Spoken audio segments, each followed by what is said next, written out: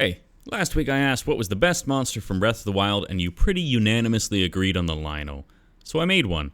But there was also a clear standout when it came to what you were saying in the comments. So I made one of those too. Hi folks, my name is Adam and I like to make tiny nerdy things, and today I made a Molduga. First things first, I need to make an armature, and so I don't waste 8 pounds of clay making a big, fat, shy halud body. I'm going to use a pile of aluminium and scrunch it into the general shape before covering it in clay. To make the head, I'll smush a big old chunk of clay on top and add a couple pieces on the side that are vaguely head-shaped. Then once I'm kinda happy with it, I'll chomp down the middle to separate my jaws so that I have a nice big happy mouth.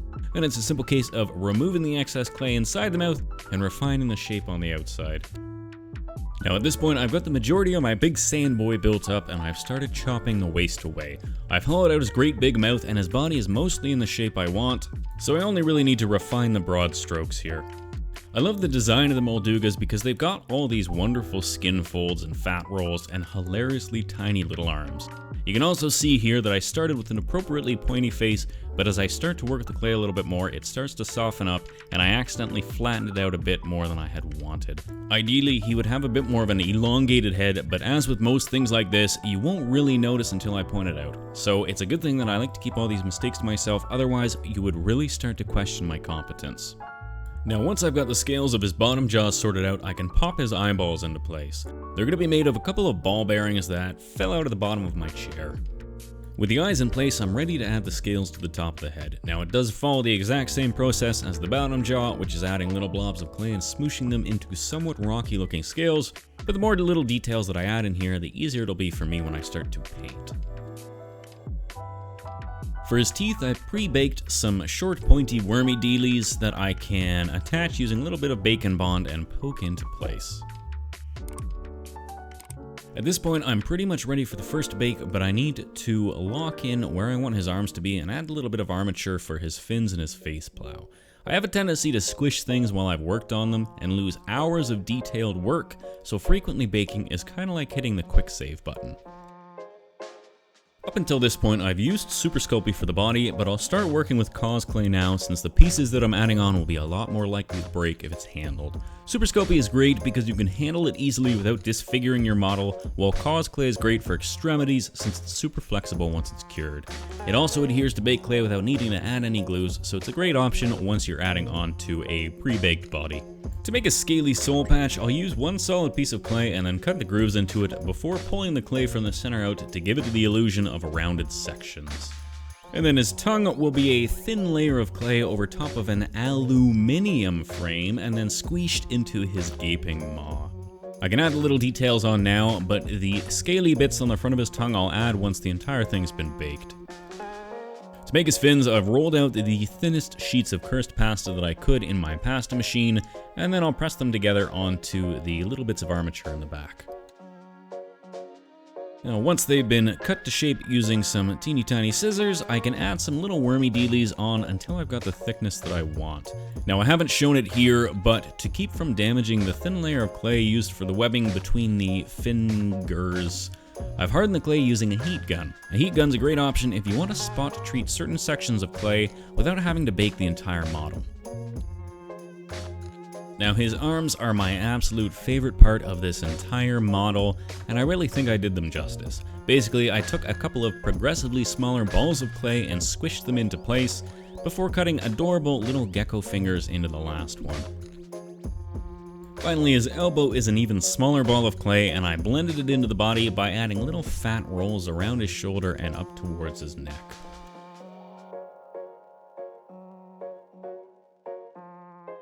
With everything else done, the final touch will be adding the scaly sections onto his tongue. I've also padded out the back of his head since it was a little bit too small, and I've added some more rolls along his belly. And then one final bake, and I'll set him aside and get cracking on a Link. Now if you followed my channel at all, you've probably seen me make Link a half dozen times by now, so in a vain effort to keep it interesting, this will be my smallest, most androgynous version of him yet. That's right folks, this scene takes place in the Gerudo Desert, so obviously he's not going to be wearing his standard armor. Oh no, today we're going to make everyone's favorite sexy cross-dressing silent protagonist wearing nothing more than the Desert Voe outfit.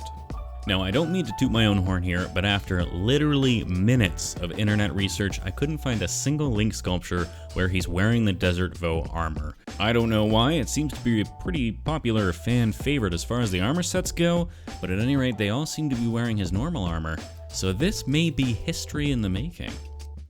One benefit of this armor is that I only really need to make half his face since most of it's covered by the veil. Now that being said, there isn't much else to say, but I'm afraid that if I stop talking for too long, the voices in my head will take advantage of the silence, so instead I'd like to take a minute and thank my beautiful patrons that make these wonderful moments possible.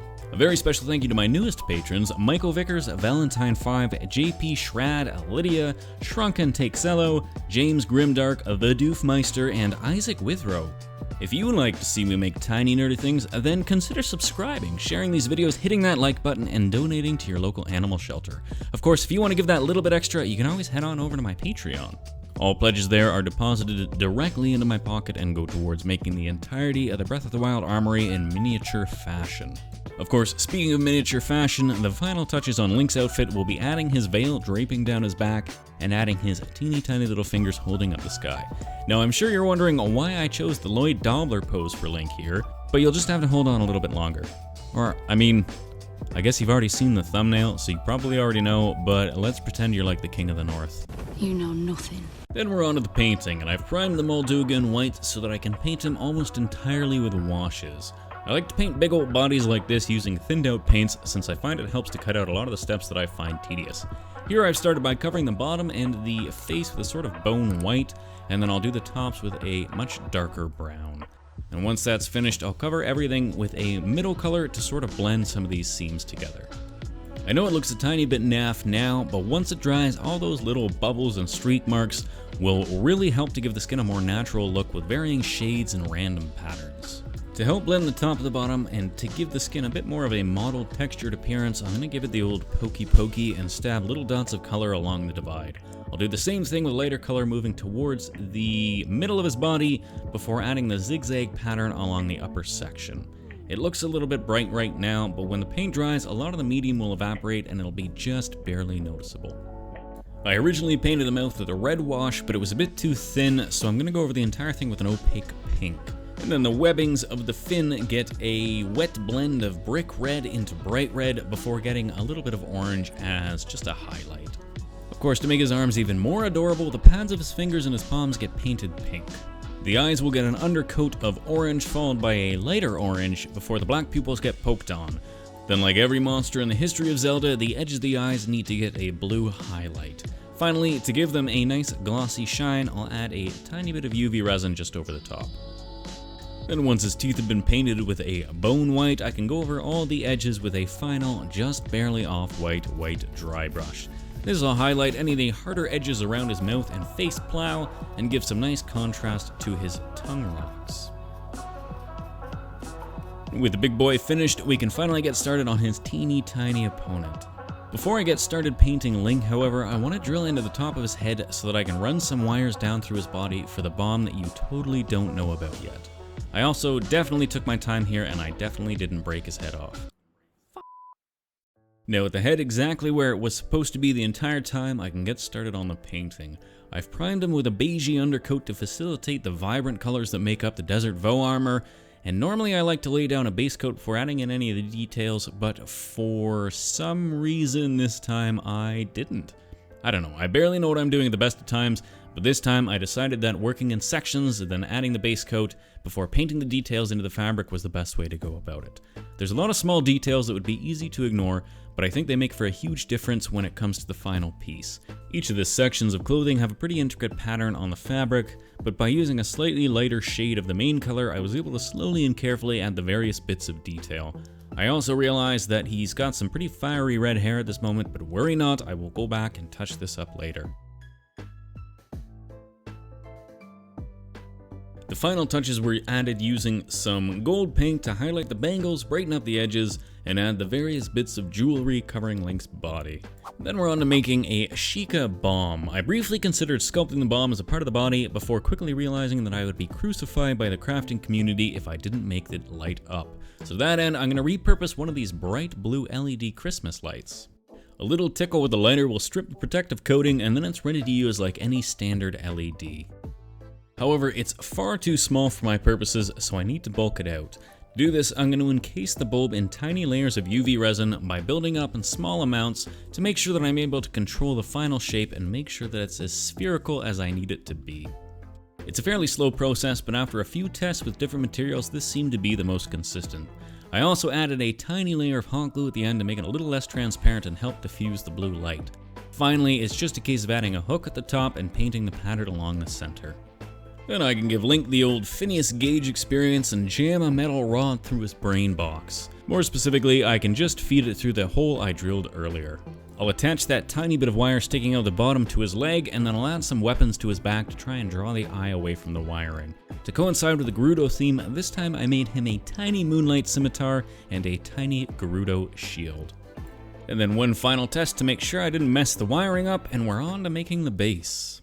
Now the whole battle will take place in the desert, but that doesn't mean it needs to be boring old sand. You can always spice things up by adding exciting rocks, which today I'm going to make out of some foam. Once my rocks are in place, I can start adding the plaster. I want to make the sand out of grout, but grout isn't a great material for building up shapes, so I'm going to use the plaster to create the initial sand dunes. I'll spread the plaster out until it covers the entire base, and then I'll dip my fingers in some water and form some ridges running across the entire base. And then once the plaster is dried, I'll paint the rocks with a few different shades of brown wash before gently dry brushing all the raised edges with an off-white. At this point in my crafting career, washing and dry brushing is how I make almost all of my rocks now.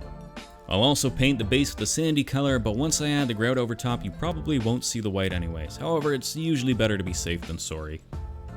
To attach the grout, I'll paint the entire surface with some thinned out Mod Podge, leaving a section where the MOLDUGA will attach so that my glue has something to hold on to. Then to apply the grout, a sieve with a spoon will do the brunt of the work and make sure that the grout falls evenly and without any fingerprints or impressions. I'll use a small brush to brush any of the grout off the places where I don't want it to lie, and then a quick spritz with isopropyl alcohol should lock everything in place. Once it's had a chance to dry, I will draw some lines across the entire surface to help create some thicker sections for the dunes, and then the same process with a tap to get all my grout to fall over those lines.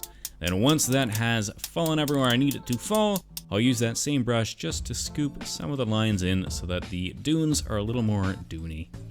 A little hot glue in the section that I left ungrouted will allow me to attach the MOLDUGA in place, and then I can get started making my sand waves. Now to make my sandy waves, I'll mix some heavy gel medium with equal parts grout until I'm left with a nearly unworkable sandy paste.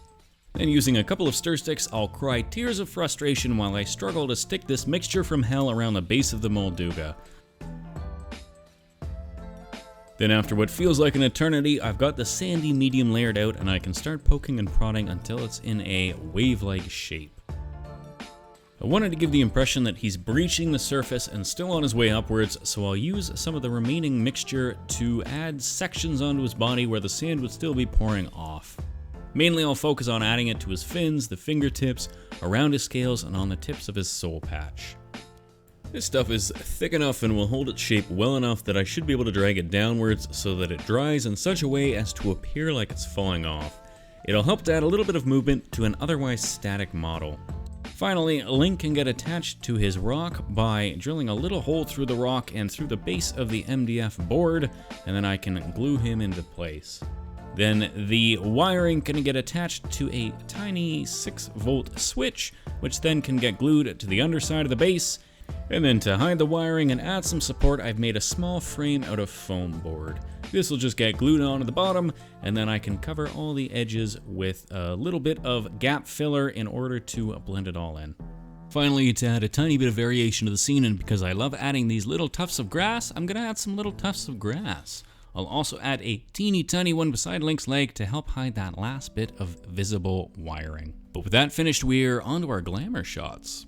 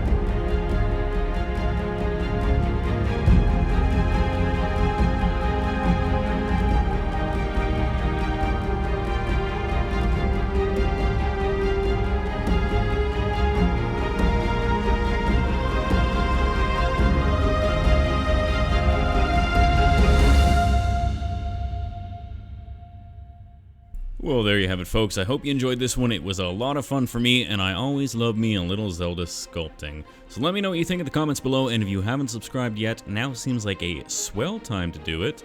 Otherwise, we'll see you next week. Cheers.